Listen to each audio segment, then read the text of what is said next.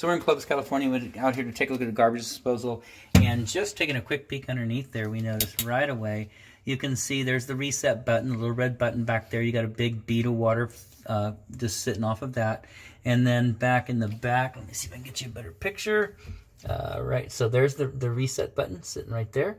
And then you've got another little drop sitting off of this screw. And of course now it's on my finger.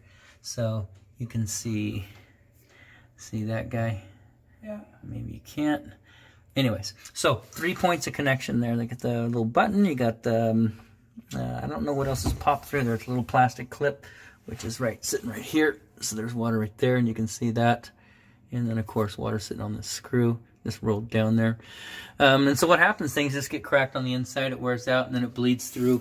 And fortunately, in this cabinet, you got a nice little drain pan down here that catches it. Of course, it only holds so much water, and then that will flood as well. So it's a good thing they monitor that and, again, caught it before it was too late. So we'll go ahead and get into disposal in there. Outside of that, this inspection is done. Okay, so that's... So we're still here in Clovis, California. We just finished installing this Badger 1/3 horsepower disposal from InSync Aerator.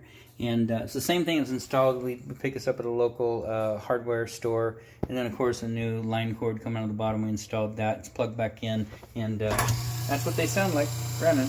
So everything's good. We did replace the flange as well. It comes with the kit, but you don't have to replace those. They're interchangeable with a lot of different manufacturers. And of course, InSync Aerator, you'll always be able to mount it up to this mounting assembly.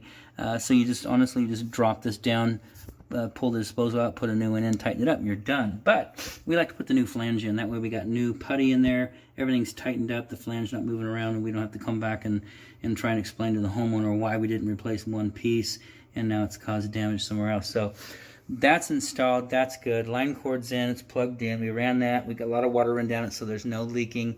We didn't touch any of the plumbing down here. So, you know, we did spin this to the side, this telescoping disposal kit, you know, and mounted it right here. It's a new mounting bracket, came with the disposal, new screws.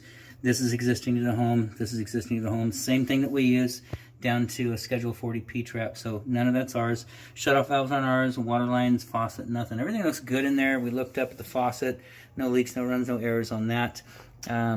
It's in good shape. Now, we did replace the discharge hose here, the 7/8 hose that comes down from the air gap.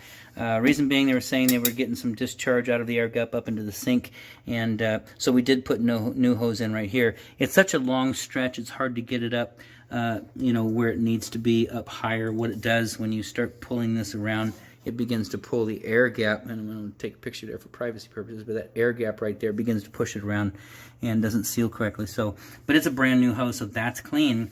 You can see the existing dishwasher hose back there, all the black debris that's caught in it. So I don't know if that causes any problems or not, but you'd have to talk with an appliance repair guy and get his professional opinion on that, whether he believes you can replace the hose, replace the appliance. I don't know. But if you're having discharge problems, it's not the disposal, it's not the 7/8 hose we installed. It's got to be up either in the air gap or in the discharge hose that comes with the dishwasher itself. So that's all good. Outside of that, this installation is done.